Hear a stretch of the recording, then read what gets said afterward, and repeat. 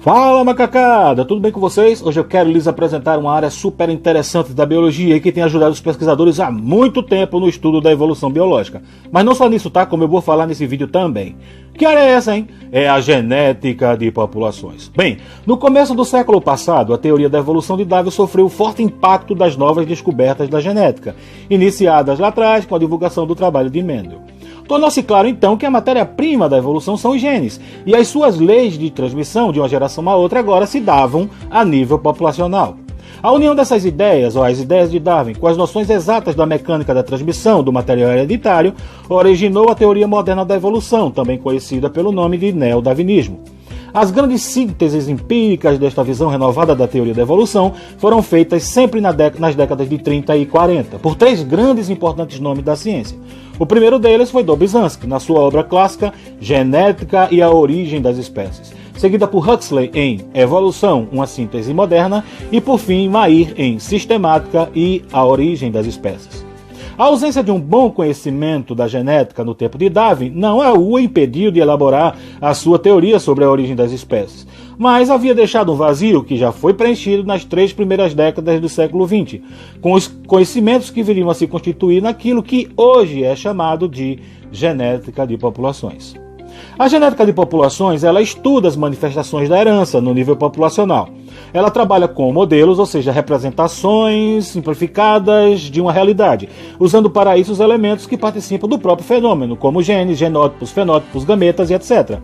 Representados simbolicamente com regras operacionais capazes de traduzir os fenômenos que estão sendo estudados.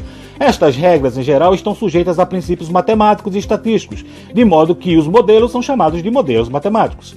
A grande importância desses modelos é que partem de informações obtidas por biólogos através de observação e de experimentação. Os modelos fornecem meios de se estimar parâmetros corretos e permitem fazer previsões que podem ser testadas experimentalmente. Se esses testes experimentais não estiverem de acordo com os modelos, estes são rejeitados, modificados e outros modelos mais adequados serão formulados. A cada nova informação, novos modelos podem ser estabelecidos. Os modelos agora permitem, portanto, um tratamento quantitativo dos fenômenos, o estabelecimento de previsões e uma maneira de testar hipóteses. O conjunto de modelos acumulados desde os primeiros trabalhos feitos nesse campo e a sua maneira integrada de tratar os processos evolutivos permitem afirmar que a genética de populações hoje é uma ciência à parte.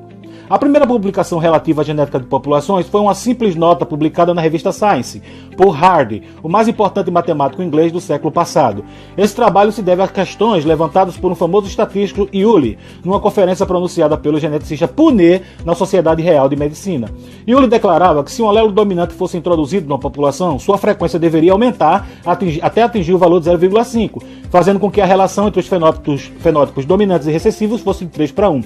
Punnett, não concordando com isso, ou com aquela afirmação, levou o problema para Hardy, que analisou a questão e demonstrou que na ausência de qualquer fator perturbador, as frequências gênicas devem permanecer constantes, e a distribuição das frequências dos genótipos azão-azão, azão-azinho e azinho-azinho dependerá apenas das frequências de azão e de azinho, assumindo valores iguaizinhos ao de uma distribuição binomial.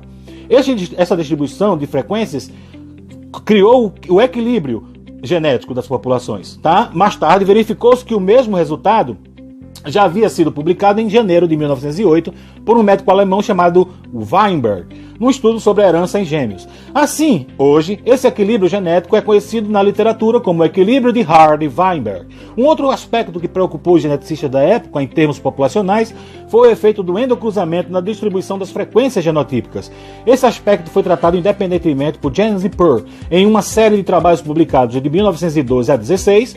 Algumas dúvidas sobre a veracidade das proposições de Pearl levaram também o então jovem geneticista americano Wright a se envolver nesse problema, no problema do endocruzamento e sistemas de cruzamento de um modo geral, o que culminou em 1921 com a publicação de uma série de trabalhos com o título Sistemas de Acasalamento.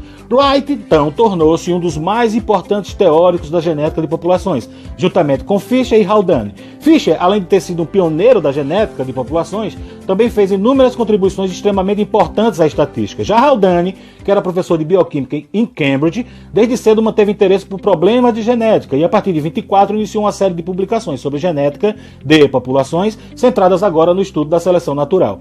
O estudo da genética vinha apresentando grandes progressos e cada vez mais os problemas evolutivos eram analisados sob o ponto de vista genético, ficando claro que a sede das mudanças evolutivas era o próprio material genético.